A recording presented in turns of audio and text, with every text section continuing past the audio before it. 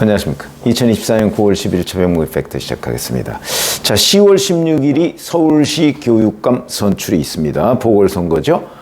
지금 뭐 보수 진영, 진보 진영 뭐 해서 뭐 단일화 논의가 한참 진행 중인데, 사실은 이 선거와 관련해서 논란의 중심에 서 있는 인물이 광노현 전 서울시 교육감 문제입니다. 왜 그러냐면 광노현 전 서울시 교육감은 2010년에 후보 매수 혐의로 징역형을 살았었거든요. 근데 그거는 물론 이제 그 후에 복권도 되고 뭐 시간도 많이 지났고 그러니까 출마하는데 문제는 없습니다. 근데 그때 징역형이 확정이 되면서 35억 3,700만 원의 선거 보전금을 반환해라 이런 결정을 받았는데, 그거를 대부분 30억 원 이상을 현재 반환하지 않고 있습니다.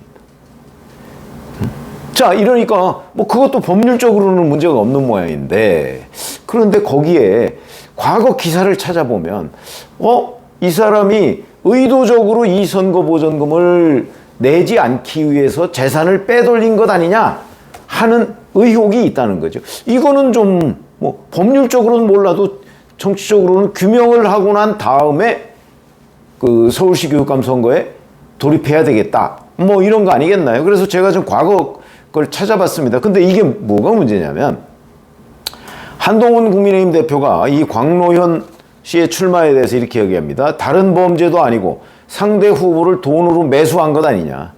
광노현 씨의 등장은 근래 역사 기록이 될 만한 최악의 비교육적 장면이다, 이렇게 비판을 했더니, 광노현 씨가 오늘 한동훈 대표를 고발한다고 하네요. 정당의 교육감 선거 관여를 금지하는 지방교육자치법을 위반했다, 뭐 이러면서 이제 고발한다고 하는데, 글쎄 정당의 대표가 뭐 교육감 선거가 됐든 무슨 선거가 됐든 이게 뭐 관여입니까? 뭐 광노현을 떨어뜨리기 위한 게 아닌 걸로 보이는데요. 그냥 정치적 견해 아닌가요? 뭐 하여튼 뭐 고발하면 뭐 수사하면 되는 거고요.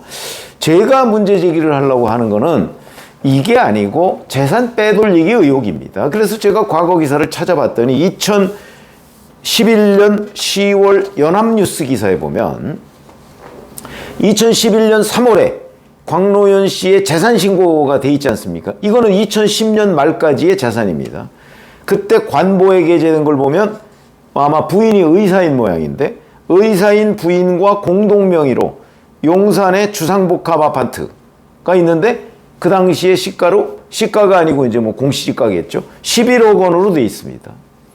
그리고 경기 일산의 아파트가 4억 4천만 원으로 돼 있어 아파트 두 채. 그 다음에 본인, 부인, 모친, 자녀 명의의 9억 원 상당의 예금이 있고요.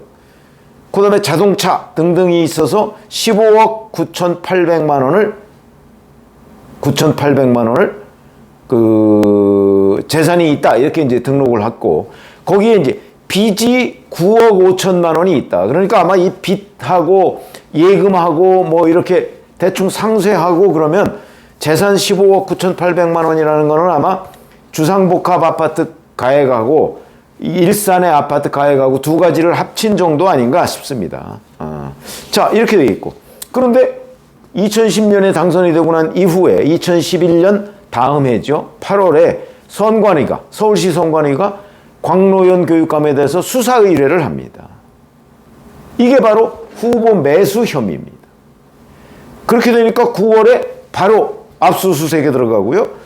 그러니까 10월에 광노현 교육감이 돌연 용산 아파트를 매물로 내놓았어요. 팔겠다 이거죠. 팔겠다. 수사에 들어가자마자 용산에, 그러니까 자기가 가지고 있는 아파트 두 채 중에 가장 큰 용산 아파트를 팔겠다. 그 당시에 대략 한 17억 원 정도의 거래가 돼 있다고 하고요. 근데 여기에 6억 4천만 원의 전세권이 설정이 돼 있다고 하거든요. 그럼 6억 4천 빼면 뭐 대략 한 10억, 만약에 팔게 되면 10억 정도를 자기 손에 줄 수 있었던 거죠. 근데 이거는 이제 뭐 팔렸는지 안 팔렸는지가 불분명합니다. 아마 안 팔린 것으로 보입니다. 근데 이 시점이 좀 애매하죠. 검찰이 수사를 압수수색에 들어가고 수사를 시작하자마자 자기의 가장 큰 재산을 팔겠다고 내놨다. 그건 결국 2억 매수 부분에 관한 수사에 들어가니까 재산을 정리하려고 했던 것 아니냐. 이제 이런 의혹이 있고요. 그리고 나서 곧바로 2011년 9월 그 해입니다. 바로 구속 기소가 됩니다. 그리고 계속 이제 재판을 해가면서 그 다음에 2012년 9월에 징역 1년이 확정이 됩니다. 이제 교육감직을 잃었죠. 자, 그런데 2014년 11월 조선일보 기사를 보면 이런 코멘트가 나옵니다. 환수를 담당한, 그러니까 이 35억 3,700만 원을 환수하려고 한 서울 강서세무서가 재산 압류에 나섰을 때 광노현 전 교육감 명의의 부동산은 부인과 공동 명의인 용산 아파트뿐이었다. 이거는 수사에 들어가자마자 매물로 내놨는데 안 팔린 걸로 보입니다. 아니면 안 팔았던가.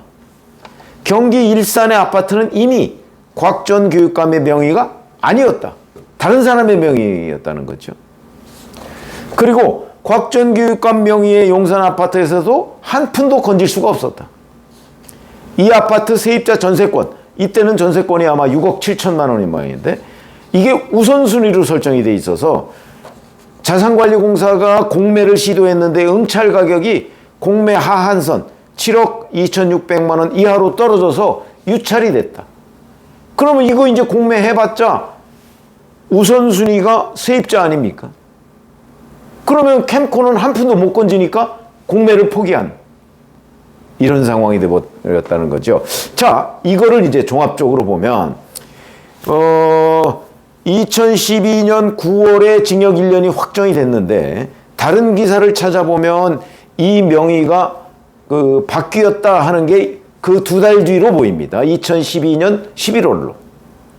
그리고 이 기사는 2014년 11월 조선일보 기사고요.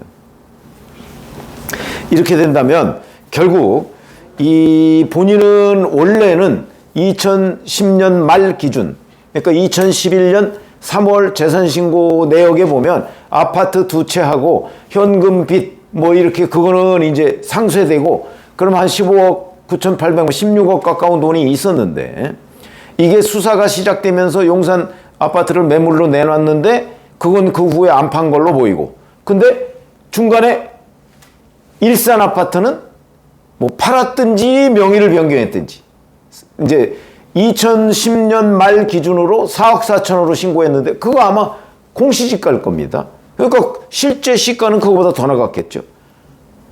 그러면 그거를 남의 이름으로 해놨다. 해놓은 건지 팔았는지는 모르지만 그 재산만큼은 빼돌린 것 아니냐. 왜? 선거보전금을 갚지 않기 위해서. 이렇게 우리가 충분히 얘기를 할 수가 있는 거죠. 그러니까 그 대법원 확정 판결이 나오기 전이나 아니면 나온 직후에나 이 즈음에 일산 아파트 부동산을 여튼 부동산 명의에서 광노현이라는 이름이 빠졌다. 팔았는지 뭐 다른 사람 명의로 해놨는지 뭔지는 불분명하지만 그렇다면 결국 광노현이라는 사람은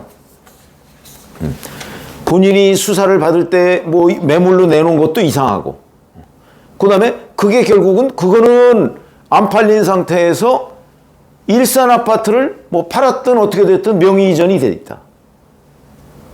근데 이게 다 본인의 그 수사를 받던 중 아니면 그 대법원에서 확정 판결이 나온 그 즈음 이렇다면 35억 3,700만 원을 내지 않기 위해서 선거보증금 반환을 하지 않기 위해서 본인의 재산을 의도적으로 빼돌린 것 아니냐 하는 의혹을 사기에 충분하다는 거죠.